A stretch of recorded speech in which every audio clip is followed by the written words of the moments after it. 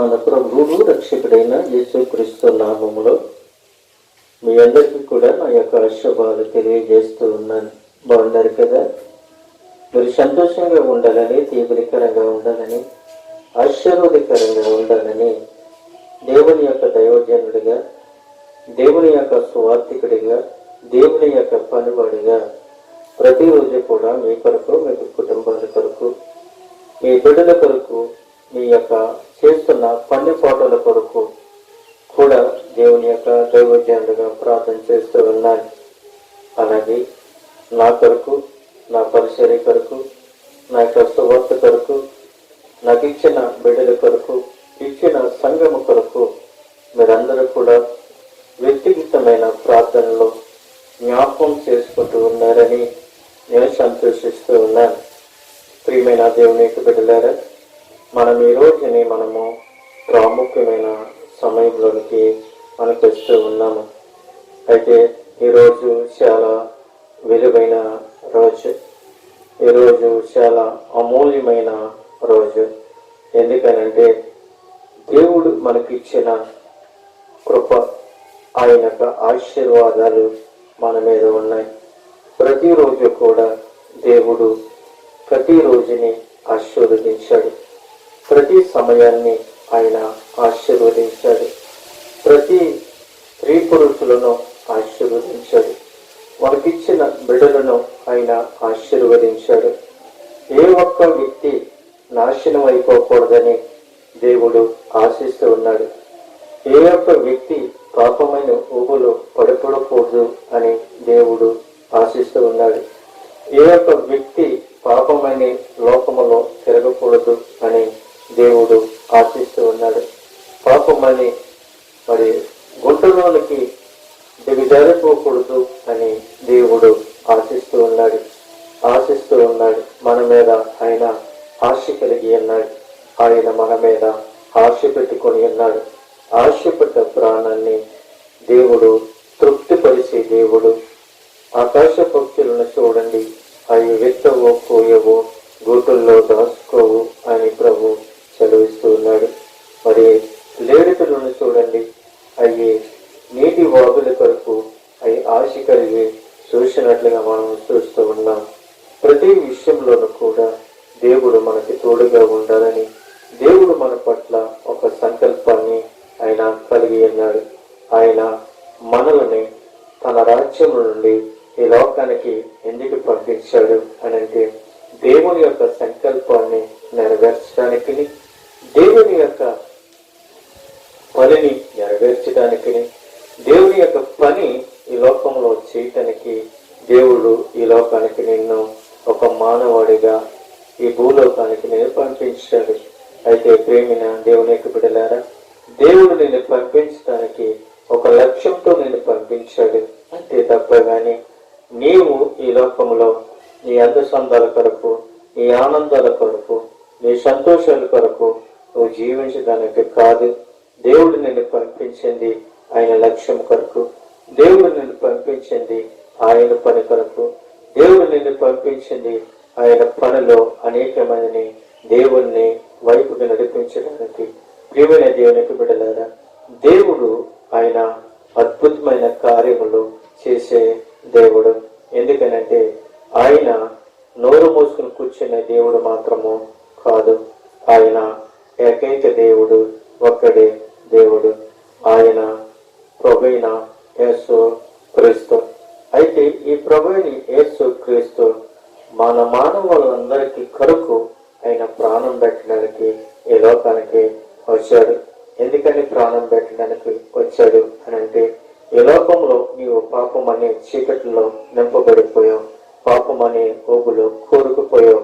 నిన్ను బయటికి లాగటానికి, చీకటిలో ఉన్న నిన్ను వెలుగులోనికి తీసుకుని రావడానికి, కూరుకుపోతున్న నిన్ను ఆయన వెలుగులోనికి తీసుకొచ్చినట్లుగా నిన్ను ఊపుల్లో కూరుకుపోతున్న నీవును దేవుడు ఏం చేశాడు అంటే, నిన్ను ఊబులో కూరుకుపోకుండా మంచి మార్గములో ఆయన తీసుకుని రావాలని ఆయన ఒక సంకల్పాన్ని కలిగి ఉన్నాడు.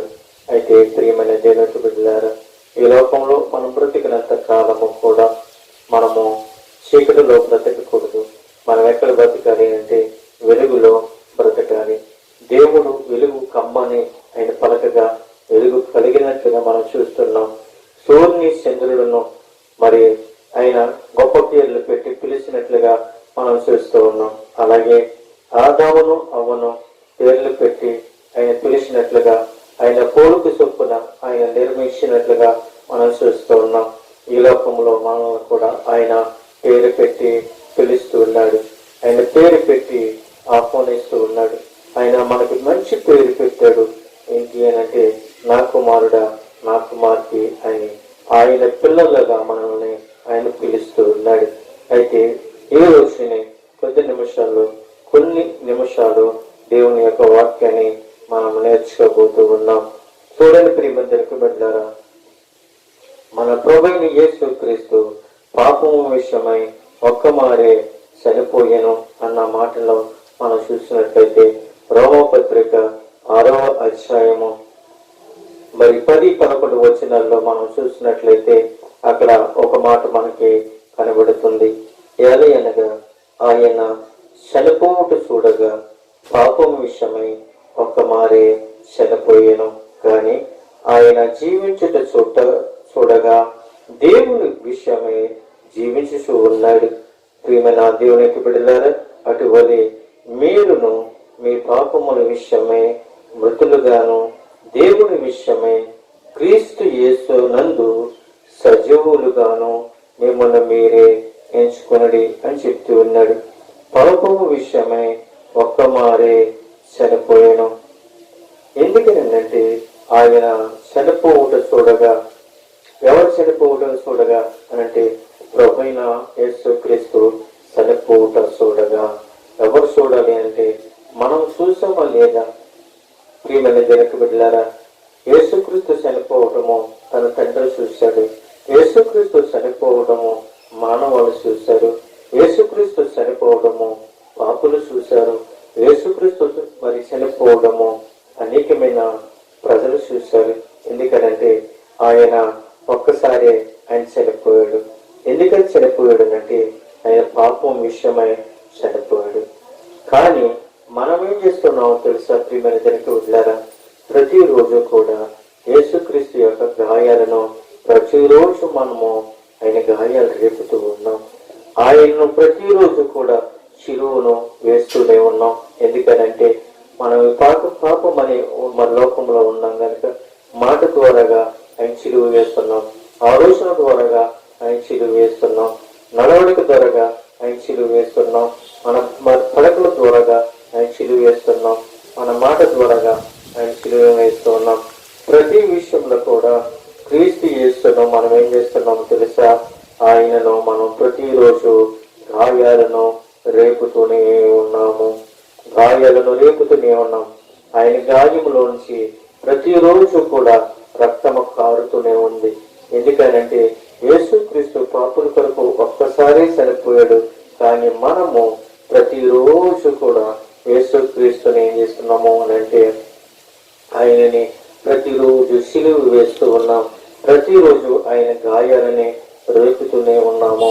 ప్రియమైన దేవుని బిడ్డలారా, అయితే మనము ఏమై ఉన్నాము అంటే ప్రియమైన దేవుని బిడ్డలారా, మీరును కూడా పాపం విషయం మృతులుగా గాను దేవుని విషయమై క్రీస్తు యేసునందు సజీవులుగా మిమ్మల్ని మీరే ఎంచుకున్నది.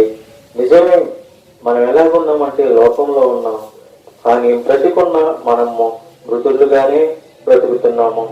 ఏమి తిద్దమో, ఏమి తాగదమో, ఏమి ధరించుకుందామో అన్న అందసందలమైన లోకంలో బ్రతుకుతున్నామే కానీ అయితే ప్రియమైన బిడ్డలారా, క్రీస్తు కొరకు నేను బ్రతకాలి, క్రీస్తు కొరకు నేను జీవించాలి, క్రీస్తులో నేను మాట్లాడాలి, క్రీస్తులో నేను నడవాలి, క్రీస్తులో ఆలోచించాలి, క్రీస్తు చేసిన అద్భుత కార్యాలను నేను చేయాలి, క్రీస్తు చేసిన గొప్ప మహిమలను నేను చేయాలి అన్న ఆలోచన ఏ స్త్రీ పురుషుల్లో కూడా లేదు. ప్రియమైన దేవుని బిడ్డలారా, క్రైస్తవులు అని మనము పేరు పెట్టుకున్నాము కానీ, క్రైస్తవులు అని మనం జీవిస్తున్నాము కానీ మరి మనము అందరము కూడా మృతులలో వెతుకుతూ ఉన్నాము. ప్రియమైన దేవుని బిడ్డలారా, వెలుగులో మనం జీవించలేకపోతున్నాం, కానీ చీకట్లోనే బ్రతకడానికి ఇష్టపడుతున్నాం. కానీ వెలుగులో మరి మనము జీవించలేకపోతూ ఉన్నాము. అయితే ప్రభువైన యేసుక్రీస్తు దేవుని యందు దేవుని విషయమై ఆయన ఏమై ఉన్నాడంటే జీవించుచూ ఉన్నాడు. ఆయన శరీరము చనిపోయినప్పటికీ కూడా ప్రభువైన యేసుక్రీస్తు తన తండ్రి అయిన దేవుని యందు ఆయన ఏమై ఉన్నాడు అంటే ఆయన జీవిస్తూ ఉన్నాడు. మనము ప్రియమైన దేనికి బిడ్డలారా, యేసుక్రీస్తు మన కొరకు చనిపోయి సమాధి చేయబడితే తండ్రి యొక్క రాజ్యంలో తండ్రి యొక్క సింహాసనం మీద తండ్రి యొక్క వాగ్దానము నెరవేర్చాడు కాబట్టి, మరి తండ్రి యొక్క దీవెనలు ఆయన మీద ఉన్నాయి కాబట్టి, తండ్రి ఆశీర్వాదము యేసుక్రీస్తు మీద ఉన్నది కాబట్టి ఆయన జీవిస్తూ ఉన్న వ్యక్తి. ఆయన జీవము కలిగిన వ్యక్తి. మరణము ఆయన బంధించలేదు కనుక ఆయన సజీవుడిగా ఈ రోజుని ఆయన అన్నాడు. ఆయన వాగ్దానం చేసి ఆయన పరలోక రాజ్యం వెళ్ళాడు. నేను వెళ్ళి తిరిగి మళ్ళీ మీ మధ్యకి నేను రాబోతూ ఉన్నాను అని ఆయన చెప్పి వెళ్ళినట్లుగా మనం చూస్తూ ఉన్నాము. ప్రియమైన బిడ్డలారా, ప్రియమైన దేవునికి బిడ్డలారా, ఆయన వాగ్దానం చేసిన దేవుడు, ఆయన నమ్మదగిన దేవుడు. ప్రియమైన బిడ్డలారా, మనమైతే మాట ఇచ్చి మాట తప్పుతామేమో కానీ దేవుడు మాట ఇచ్చి మాట తప్పే దేవుడు కాదు. ఎందుకనంటే యుగ సమాప్తి వరకు కూడా మీతో కూడా నేను సదాకాలం ఉంటానని ఆయన వాగ్దానం చేశాడు. బాధలో ఉన్న, వేదనలో ఉన్న, శోధనలో ఉన్న, ఇరుకులో ఉన్న, ఇబ్బందుల్లో ఉన్న, ఎటువంటి పరిస్థితుల్లో ఉన్నప్పటికీ కూడా ప్రభు అంటున్నాడు, ఏమంటాడు తెలుసా, నన్ను వచ్చి నా దగ్గరికి వచ్చి ప్రభువా అని నన్ను పిలిస్తే నేను మీ సెంటర్కి చేరుస్తాను, తీరుతాను అని అంటున్నాడు. యేసయ్యా అని నన్ను పిలిస్తే నేను మీ దగ్గరికి వస్తాను అని చెప్తున్నాడు. యేసయ్యా నన్ను స్వస్థపరుస్తుంటే ఆయన స్వస్థపరచడానికి ఆయన ఇష్టపడుతూ ఉన్నాడు. యేసయ్యా నేను ఇరుకులో ఉన్నాను, నన్ను ఇరుకులో నుంచి విశాల మార్గంలో నన్ను నడిపించే ప్రభువా అని అడిగితే ఆయన విశాల మార్గంలో నడిపించడానికి ఇష్టపడుతూ ఉన్నాడు. ఈ రోజుని అనేకమైన రోగులు స్వస్థత లేక, అనేకమైన రోగులు బలహీనం పడిపోయి ప్రభుని పిలవకుండగా, ప్రభుని అంగీకరించకుండగా ఈ రోజుల్లో ఏమవుతున్నారంటే బలహీనతతో జీవిస్తూ ఉన్నారు. ప్రభు అంటున్నాడు, నీ బలహీనత పోవాలంటే నా యొక్క నీవున్న బలహీనత పోవాలంటే ప్రభువా నన్ను ముట్టు, నన్ను తాకు అని అంటే నేను మిమ్మల్ని ముట్టి స్వస్థపరుస్తాను అని ఆయన వాక్యం ద్వారాగా మనకు బయలుపరుస్తున్నాడు. క్రీస్తు యేసు దేవుని విషయమై ఆయన జీవించున్నాడు. కానీ మనము యేసు క్రీస్తు నందు జీవించాలి అని అంటే మనమందరము కూడా నీతిమంతులుగాను, యథార్థమంతులుగాను, న్యాయవంతులుగాను ఉండాలి. మనం యథార్థంగా, న్యాయంగా మరి జీవించాలి అని అంటే ప్రభుని ఎలాగా అంగీకరించాలి అని అంటే ఆయన మన సొంత రక్షకుడని మనము అంగీకరించబడాలి అని ప్రభు సెలవిస్తూ ఉన్నాడు. మరి ఒక విషయాన్ని మనం చూసినట్లయితే అదే రోమపత్రిక 6వ అధ్యాయము 12వ వచనములో చూసినట్లయితే మీ శరీరమందు పాపములను వేదనీకుడి అని ప్రభు సెలవిస్తూ ఉన్నాడు. చూడండి, ఆ మాట మనము చదువుకుందాం. కాబట్టి శరీర దురాశలకు లోబడినట్లుగా సావునకు లోనైన మీ శరీరమందు పాపమును వేలనీకుడి అని ప్రభు సెలవిస్తున్నాడు. మీ శరీరమందు పాపమును వేలనీకుడి అని అడుగుతూ ఉన్నాడు. ప్రియమైన దేవునికి బిడ్డలారా, ఈరోజు మన శరీరము ఎలాగుంది అంటే పాపములో నింపబడిపోయింది. పాపము మన శరీరములో వేలబడి చేస్తుంది. పాపము మన శరీరంలో ఒక గుర్తుగా ఉండిపోతూ ఉంది. పాపము మన మధ్యనే మరి ఏమై ఉన్నదండి, ఒక గుర్తుగా కనబడుతూ ఉంది. ఆ గుర్తుని సెరుపు వేయటానికి యేసుక్రీస్తు రక్తము మన శరీరం మీదను, మనలో ఉన్న అపవిత్రాత్మ మనలో వేలుబడి చేయకుండా ఉండడం నిమిత్తము యేసుక్రీస్తు రక్తము చాలా ఉపయోగకరంగా ఉంటుంది. ఎందుకనంటే ప్రియమైన బిడ్డలారా, మన శరీరం మీద పాపం అని వేలుబడి చేస్తుంది కనుక ఆ పాపము మన మీద వేలుబడి చేయకుండా ఉండాలి అంటే యేసుక్రీస్తు రక్తము మన మీద ప్రోక్షింపబడాలి. ఎందుకనంటే మన శరీరము ఏమై ఉన్నదంటే సావునకు లోనై ఉన్నది. ఈ శరీరము మరణించడానికి కానీ జీవించడానికి కాదు. ఏదో ఒక రోజును ఈ శరీరము ఏమై ఉన్నదంటే మృతం అయిపోతుంది, ఎందుకు పనికిరాదు, మట్టిలో కలిసిపోతే అయినప్పటికీ కూడా ఈ శరీరము ఎందుకు కూడా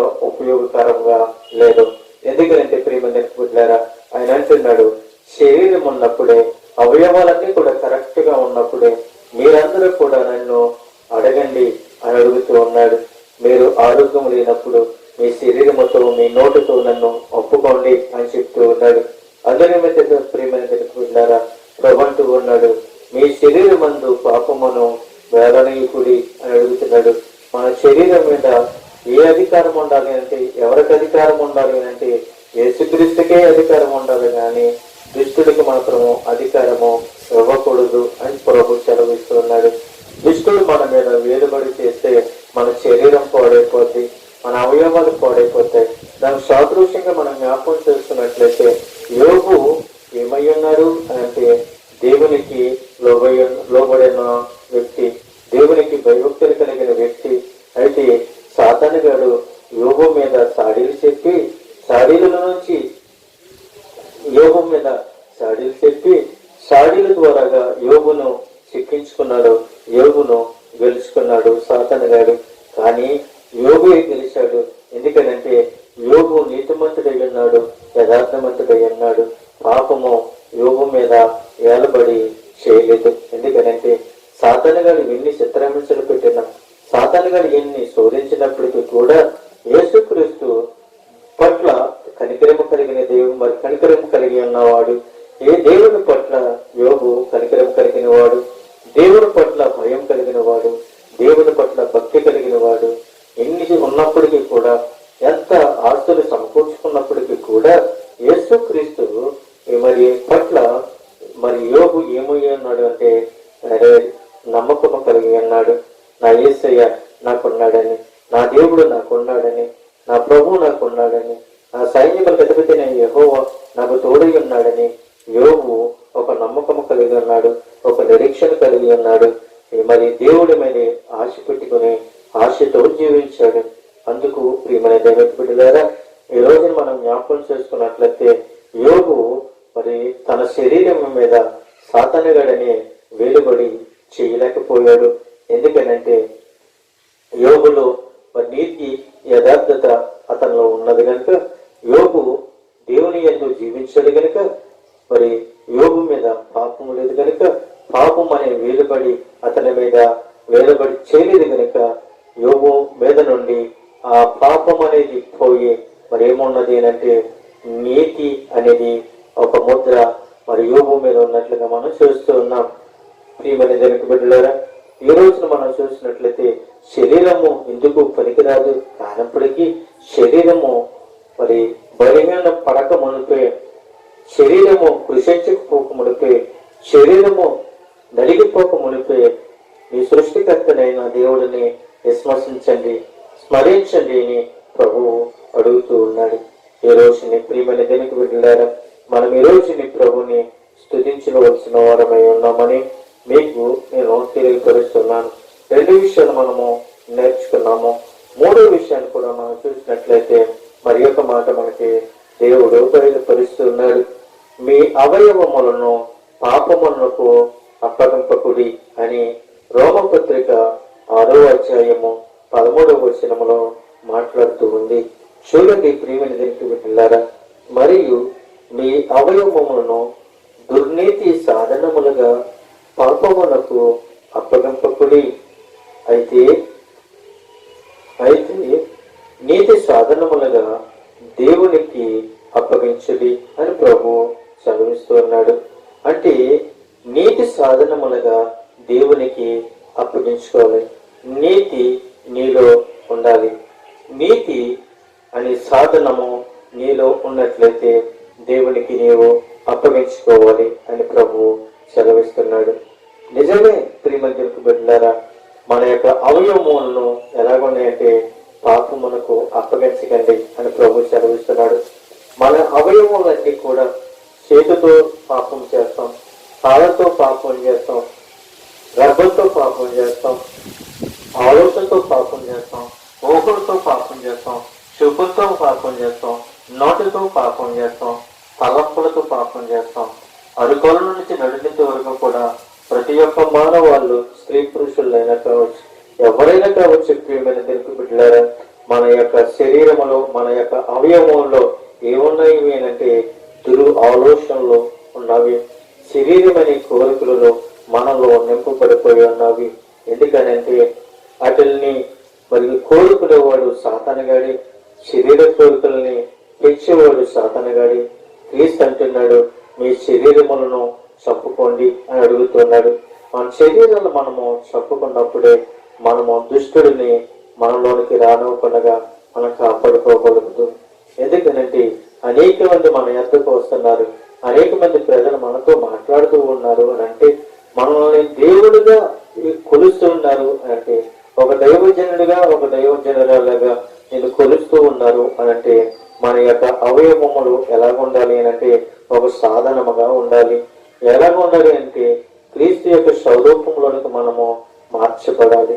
క్రీస్తు యొక్క స్వరూపంలోనికి నువ్వు మార్చబడినప్పుడు అప్పుడు ఏం చేస్తామంటే మనము పాపమునకు అప్పగింపబడకుండా, పాపమునకు లోపడకుండా, పాపమనే జీవితంలో మనము వేలుబడి చేయకుండా, అలాగే మరో పాపం అనే ఊబులోనికి కూరుకుపోకుండా మన దేవుడు మనల్ని ఏం చేస్తున్నాడంటే నీతి సాధనములుగా మనల్ని ఏం చేస్తున్నాడంటే పవిత్రులుగా చేసి దేవునికి మీరు అప్పగించుకోండి అని చెప్తున్నాడు.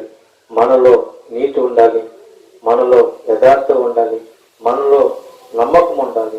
మనం ప్రభుని అంగీకరించాలని ప్రభు చదివిస్తూ ఉన్నాడు. మరి ఒక విషయాన్ని మనం చూసినట్లయితే ప్రేమల కనుక వదిలారా, మీరు పాపమునకు దోషులై వింటుడు గాని అని రోమపత్రిక 6వ అధ్యాయము 17వ వచనములో మాట్లాడుతున్నాడు. ఆ మాటలు చూడండి ప్రియమందరికి బిడ్డరా, మీరు కూడా గ్రంథం తెలిసినట్లయితే ప్రభు మనతో మాట్లాడుతున్నారు. మీ పాపమునకు దోషులై ఉంటారు గాని ఏ ఉపదేశ క్రమమునకు మీరు అప్పగింపబడుతురో దానికి హృదయపూర్వకముగా లోబడిన వారై పాపము నుండి విమోచింపబడి నీతికి దాసులైతేరి ఎందుకు దేవునికి స్తోత్రము అని చెప్తూ ఉన్నాడు. ప్రియమైన దేవునికి బిడ్డలారా, ఆయన అంటున్నాడు పాపమునకు దోషులై ఉంటారు కానీ మన నిజమే మనం ఏమేమి ఉన్నాము అంటే ఈ లోకము పాపం అనే లోకము, ఈ లోకము పాపం అనే లోకములో నింపబడిపోయింది, కూరుకుపోయింది. ప్రియమైన దేవునికి బిడ్డలారా, ఈ లోకములోంచి యోగులోంచి మనము కూరుకుపోతున్న ఈ లోకాన్ని, మగ్గిపోతున్న ఈ లోకాన్ని, ఈ లోకంలోంచి మనము నీతిగా యథార్థంగా ప్రభుని అంగీకరించి ప్రభువా నా దేశము పాపం అనే ఊబులో కూరుకుపోతుంది, నా దేశాన్ని కాపాడిన ప్రభువా, నా దేశంలో నా ప్రజలు అనేకమైన ప్రజలు పాపం అనే ఊబులో కూరుకుపోతున్నారు ప్రభువా, వాళ్ళు రక్షించండి ప్రభువా అని మనము వాళ్ళ నిమిత్తము, దేశము నిమిత్తము, లోకము నిమిత్తము మనం ప్రార్థన చేయవలసిన వారమై ఉన్నామని ప్రభు సెలవిస్తూ ఉన్నాడు. నిజమే ప్రియమైన దేవునికి బిడ్డలారా, దేవునికి మనం అప్పగింపబడాలి అని అంటే నీతిమంతులుగా యథార్థవంతులుగా మనము అప్పగింపబడి ఉండాలని ప్రభు సెలవిస్తూ ఉన్నాడు. మరి ఒక మాట మనం చూసినట్లయితే మరి పాపము వలన వచ్చు జీతము మరణము అని రోమపత్రిక 6వ అధ్యాయము 23వ వచనములో ఆయన ఆ మాట మనకి తెలపరుస్తున్నాడు. చూడండి ప్రియమైన బిడ్డలారా, ఏలి అనగా పాపము వలన వచ్చు జీతము మరణము, అయితే దేవుని కృపావరము మన ప్రభు అయిన యేసుక్రీస్తు నందు నిత్య జీవము. నిజమే, అయితే పాపం వలన వచ్చిన మరి జీతము మరణం అయితే మరి దేవుని కృపావరము వలన మనము ప్రభు అయిన యేసుక్రీస్తు వలన మనం ఏం పొందుకున్నాము అని అంటే నిత్య జీవం పొందుకున్నాము. ప్రియమైన బిడ్డలారా, క్రీస్తును నమ్ముకున్నవాడు నిత్య జీవం పొందుకుంటాడు, పాపమును కోరుకున్నవాడు మరణమును కోరుకుంటాడు. నీకు మరణము కావాలా జీవము కావాలా అని నీ ఒక్కసారి పరిశీలించుకోవాలి. ఎందుకనంటే ప్రియమైన బిడ్డలారా, మనము పాపమునకు చోటిచ్చే వారము కాకుండా ఉండాలని క్రీస్తు మన పట్ల ఆయన స్వరూపమునందు మనల్ని నడిపించటానికి, మన మీద వేలుబడి చేయటానికి, ఆయన కృపా సాధనములు మన మీద ఉంచటానికి ఆయన ఏమై ఉన్నాడు అంటే మన నిత్య జీవములోనికి నడిపించటానికి, నిత్య మార్గంలోనికి మనం నడిపించటానికి, మంచి మార్గంలోనికి మనం నడిపించటానికి ప్రభువైన యేసుక్రీస్తు నందు నిత్య జీవం ఉన్నది. కాబట్టి మనమందరినీ కూడా ఆరోగ్యం ఉన్నప్పుడే, బలం ఉన్నప్పుడే, శక్తి ఉన్నప్పుడే దేవుని యొక్క నిత్య జీవంలోనికి మీరు నడవండి అని ప్రభు సెలవిస్తూ ఉన్నాడు. నిజమే ప్రియమైన బిడ్డలారా, ఈ రోజుని 5 విషయాలు మనం నేర్చుకున్నాం. ఏంటి అంటే యేసు పాపం విషయమై ఒక్కమారే చనిపోయాను అన్న విషయాన్ని మనం చూస్తాం. అయితే క్రీస్తు ఈ దేవుని విషయమై జీవించి ఉన్నాడు. అయితే ప్రియమైన దేనికి వెళ్ళారా, మీ శరీరమందు పాపములను వేలనీకుడి అని మనం చూసాం. అంటే శరీరమును సావునకు అప్పగించకూడదు అని ప్రభు సెలవించాడు. అయితే మూడవదిగా మనం చూసినట్లయితే మీ అవయవములను పాపమునకు అప్పగించకూడదు అని ప్రభు సెలవిస్తున్నాడు. అంటే మన శరీరములను అప్పగించకూడదు, పాపములకు మన శరీరములను అప్పగించకూడదు అని ప్రభు సెలవిచ్చాడు. నాలుగుగా మనం చూసినట్లయితే మీరు పాపములకు దోషులై ఉండకూడదు అని ప్రభు సెలవిస్తున్నాడు. నిజమే, పాపమునకు దోషులు కాకుండా మనం ఎలాగా ఉండాలంటే క్రీస్తునకు దోషులమై ఉండాలి. పాపము మన మీద వెలుబడి చేయకుండా ఉండాలి అని అంటే క్రీస్తు రక్తము మన మీద ప్రోక్షింపబడి ఉండాలని ప్రభు సెలవిస్తూ ఉన్నాడు. ఐదవదిగా మనం చూసినట్లయితే ప్రియులారా, పాపం వలన వచ్చిన జీతం ఏమిటి అని అంటే మరణము. అయితే మరణము మనము తప్పించబడాలి అని అంటే ప్రభైన క్రీస్తు నందు మనము నిత్య జీవంలో జీవించడానికి మనం ఏముండాలి, ఎలా ఉండాలి అంటే ఆయన కృపావరములు మన మీద సాధనములుగా ఉండాలి అని ప్రభు సెలవిస్తున్నాడు. ప్రియమైన దేవుని బిడ్డలారా, ఈ మాటలను బట్టి దేవుని యొక్క కృపావరములు మన మీద ఉండాలి అని అంటే క్రీస్తు యేసునందు మనము నిత్య జీవంలోనికి వెళ్ళాలి అని అంటే నిత్య నరకముల నుండి మనం తప్పింపబడాలి అంటే క్రీస్తు రక్తము నీలో ప్రోక్షింపబడాలి. క్రీస్తు రక్తములో నువ్వు కడగబడాలి. క్రీస్తు రక్తంలో నువ్వు కడగబడాలి అని అంటే ముందుగా నీవు మారు మనసు పొందుకోవాలి. మారు మనసు పొందుకున్న తర్వాత మరి దేవుని అంగీకరించాలి. దేవుని అంగీకరించిన తర్వాత నువ్వు రక్షణ పొందుకోవాలి. రక్షణ పొందుకున్న తర్వాత నీ పేర్లు దేవుని యొక్క జీవ గ్రంథంలో రాయబడతాయి. దేవుని యొక్క జీవ గ్రంథం నీ పేర్లు రాయబడినప్పుడు దేవుని యొక్క కుమారుడిగాను కుమార్తెగాను స్వీకరింపబడతావు. అప్పుడు నీవు దేవుని యొక్క రాజ్యంలో నిత్య జీవంలో నువ్వు ఉంటావని చెప్పుకుంటూ నా మాటలను ముగిస్తూ ఉన్నాను. కొద్ది మాటలు దేవుడు దీవించి ఆశీర్వదించును గాక. ఆమేన్.